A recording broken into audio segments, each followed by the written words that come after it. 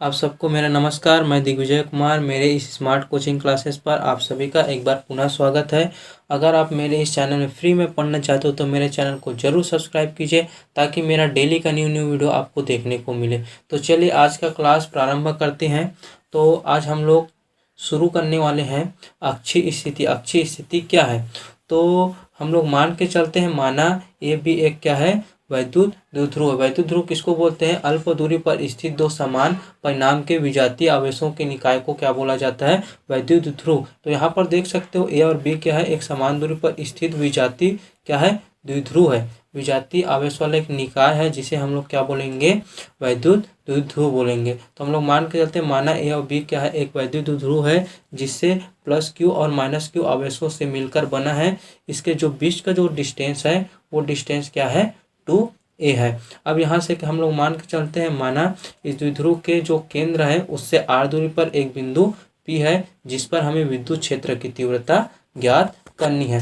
तब जो हमारा बिंदु A पर स्थित जो प्लस क्यू आवेश के कारण बिंदु P पर विद्युत क्षेत्र का जो परिणाम होगा वो क्या होगा? E plus equal to 1/4πε0 into Q upon A P का स्क्वायर। ये जो होता है क्या बोल रहा है, वो जो बिंदु ए पर जो स्थित प्लस क्यू है वो बिंदु ए पर क्या था, यहाँ पर आपको दिखाई दे रहा होगा बिंदु ए पर क्या है, प्लस क्यू है। इसके कारण विद्युत जो क्षेत्र की जो परिणाम होता है वो हम लोग क्या मान के चल रहे हैं? ई प्लस है। तो ई प्लस है तो उसका वैल्यू क्या हो जाएगा? जो कूलॉम के नियमानुसार 1/4πε0 into Q upon A P का स्क्वायर। इसकी जो दिशा होगी ए पी के दिशा में होगी। यहाँ पर आप देख सकते हो इसकी जो दिशा है वो ए से पी की ओर है, तो इसकी जो दिशा होगी वो ए से पी की ओर होगी। अगर हम लोग ए पी का मान रखते हैं, यहाँ पर ए पी का अगर वैल्यू रखें तो ए पी का वैल्यू यहाँ पर हमारा कैसे आएगा? यहाँ पर ए पी का वैल्यू देख रहा हूँ, हमको ए से पी का वैल्यू निकालना है तो हम लोग क्या कर सकते हैं? इस टोटल से मतलब ओ पी से अगर मैं इस चीज़ को माइनस करता हूँ तो मेरे को कहाँ से वैल्यू मिल जाएगा? ए पी का वैल्यू मिल जाएगा। हमको पता है पी से ओ का वैल्यू आर है और यहाँ से जो ए से बी का वैल्यू पता है 2a है। तो हम लोग इसको हाफ करेंगे तो यहाँ से निकालेंगे ए से ओ तक का तो क्या हो जाएगा? ए हो जाएगा।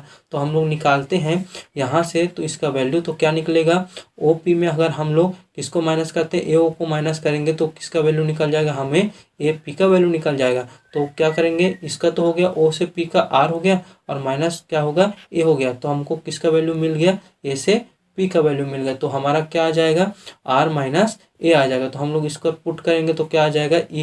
E plus equal to 1/4π into Q upon R minus A पूरे का स्क्वायर। इसी प्रकार से हम लोग बिंदु बी पर निकालते हैं। बिंदु बी की स्थिति में माइनस क्यू आवेश के कारण बिंदु पी पर विद्युत क्षेत्र का जो परिणाम होगा क्या होगा? E minus Q equal to होगा 1/4πε0 into Q upon B P का स्क्वायर। जो इसकी जो दिशा होगी वो पी बी के अनुदिश होगी। अब जो इसकी दिशा है वो किधर होगी? इधर इस साइड होगी। जब इसको निकालेंगे तो हम लोग इसकी जो दिशा है, देखो इधर माइनस क्यू है तो इसकी जो दिशा हो जाएगी वो किधर होगी? पी बी की ओर होगी। अब देखते हैं इस पर हम लोग को यहाँ पर पुट करना है वैल्यू। किसका वैल्यू पुट करना है? बी पी का स्क्वायर का। तो हम लोग बी पी का मान निकालेंगे तो क्या करेंगे? हमको कहाँ से कहाँ तक का वैल्यू पता है? हम लोग को ए से बी तक का वैल्यू पता है और पी से ओ तक का वैल्यू पता है। तो मैं ओ से पी को जोड़ूंगा और ओ से बी को जोड़ूंगा तो मुझे किसका वैल्यू मिल जाएगा? मेरे को ए से बी से पी का वैल्यू मिल जाएगा। तो देखो यहाँ से क्या आ जाएगा? यहाँ से यहाँ तक का आर है और यहाँ से यहाँ तक का ए है। तो क्या आ जाएगा? आर प्लस ए आ जाएगा। तो यहाँ पर हम लोग वैल्यू पुट करेंगे तो क्या आ जाएगा? R plus A. तो हमारा जो इक्वेशन बनेगा वो क्या बनेगा? E minus Q equal to 1/4πε0 into Q upon R plus A का स्क्वायर, पूरे का स्क्वायर होगा। अब इसके बाद देखते हैं हम लोग को जो ई प्लस है, ई क्यू प्लस है और ई माइनस क्यू है, जो एक ही रेखा के अनुदिश है लेकिन वो क्या है? विपरीत कार्य कर रहा है।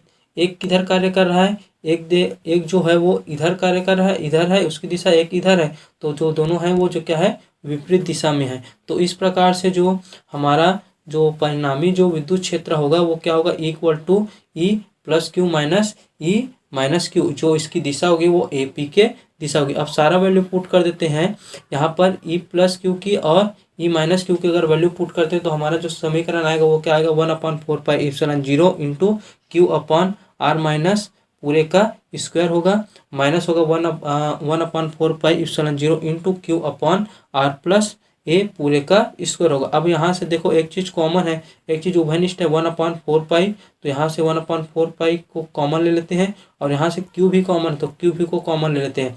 अब यहाँ पर क्या बच गया 1/r माइनस ए पूरे का square minus 1/r plus A पूरे का स्क्वायर। अब इसको हम लोग त्रिया गुना करेंगे तो क्या आ जाएगा, हमारे पास इतना सारा चीज़ आ जाएगा। अब इसको क्या करते हैं, इसको तोड़ते हैं, यहाँ जो हमारा a प्लस बी पूरे का स्क्वायर, तो इस फार्मूला में तोड़ेंगे तो क्या आ जाएगा a का स्क्वायर प्लस b का स्क्वायर प्लस 2ab उसी रूप में आएगा। तो इसको तोड़ देते हैं, a का स्क्वायर पूरे एक b का स्क्वायर, तो यहाँ से क्या आ जाएगा a का स्क्वायर क्या प्लस 2ab, तो 2ab का क्या होता है 2a का, तो यहाँ पे 2 की जगह क्या है 2 हो गया और r की जगह क्या है यहाँ पर a है और b की जगह क्या है यहाँ पर a है। तो हमारा फार्मूला क्या हो जाएगा r का स्क्वायर प्लस 2ra प्लस क्या होगा a का स्क्वायर। अब यहाँ से देखो इधर माइनस है, इधर में माइनस, इसका फार्मूला में क्या हो जाता है ये माइनस होता है। अब ये माइनस माइनस के साथ ये क्या हो जाएगा ये प्लस हो जाएगा और बाकी माइनस होगा। अब यहाँ से देखो यहाँ क्या है r जो प्लस जो r है ये प्लस में और एक माइनस में, तो ये कैंसिल हो जाएगा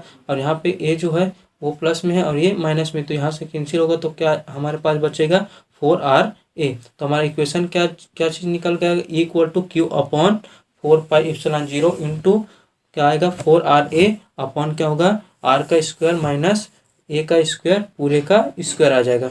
अब यहाँ से हम इसको तोड़ेंगे, इसको तोड़ सकते हैं 2 इंटू 2, तो यहाँ पर 2 इंटू 2 रूप में तोड़े हैं और यहाँ से q को लिए हैं अंदर साइड और ये r को बाहर निकाल दिए। तो यहाँ पर जो हमारा जो बना इक्वेशन क्या 2 इंटू क्या होगा 2qa, इसको इस ब्रैकेट रूप में ले सकते हैं ना, तो इस प्रकार से आया इंटू बाहर में क्या है r है। अब जो अपॉन में क्या है r का स्क्वायर माइनस a का स्क्वायर पूरे का स्क्वायर है। किंतु जो हम लोग जो फार्मूला अभी जो पढ़े हैं, ठीक है, इतना सारा चीज़ आया है, इसमें हम लोग जानते हैं जो P जो होता है, P जो है वैद्युत द्विध्रुव आघूर्ण, इस्तेमाल जो P लेते हैं वैद्युत आघूर्ण क्या होता है, वैद्युत आघूर्ण किसी आवेश और ध्रुवीय लंबाई के गुणनफल के को ही क्या बोला जाता है वैद्युत द्विध्रुव आघूर्ण बोलते हैं। तो क्या होता है उसका formula P equal to 2qa, ये चीज़ निकल के आता है। तो यहाँ पर हम लोग क्या रखेंगे, अगर 2a क्या है 2qa की जगह हम लोग क्या रखेंगे यहाँ पर p रखेंगे, तो क्या चीज़ आ जाएगा E equal to 1/4 pi epsilon 0 into p upon r का स्क्वायर प्लस क्या होगा a का स्क्वायर पूरे का अगर हम लोग निकालेंगे तो 3/2 निकल के आता है। अब इसको सदिश रूप में लिखेंगे तो सदिश रूप में कैसा आ जाएगा इक्वल टू 1/4 पाई इंटू क्या होगा p अपॉन r का स्क्वायर प्लस a का स्क्वायर अपॉन क्या होगा 3/2 होगा। अब हम लोग मान लेते हैं द्विध्रुव आघूर्ण में जो द्विध्रुव है वो बहुत ही छोटा है, अगर उसकी जो लंबाई वो बहुत ही छोटा है, तो जो हम लोग क्या कर देते हैं ए की आर की अपेक्षा ए को उपेक्षा कर देते हैं, मतलब उसको नगण्य मान लेते हैं उसको, तो नगण्य मानेंगे तो ए की उपेक्षा कर देंगे तो यहाँ से ए हट जाएगा, तो ए हटेगा तो हमारे पास क्या आ जाएगा ए आर का स्क्वायर। अब यहाँ से इसके साथ अगर उसको क्या करते हैं गुना करते हैं तो क्या आ जाएगा, यहाँ से देखो यहाँ से 2 है, इसके पास भी 2 है, तो अपॉन में एक अंश में, तो यहाँ से कैंसिल होगा तो हमारे पास क्या बचेगा 3। तो ये चीज़ क्या निकल के आ गया equal to 1/4 pi epsilon 0 into p upon R की पावर 3। इसको सदिश रूप में लिखेंगे तो आएगा equal to -1/4 pi into p सदिश p अपॉन आर की पावर 3। इस प्रकार से जो समीकरण 3 और 4 है इससे हम लोग वैद्युत द्विध्रुव की अक्षीय स्थिति को व्यंजक निकालते हैं। Thank you.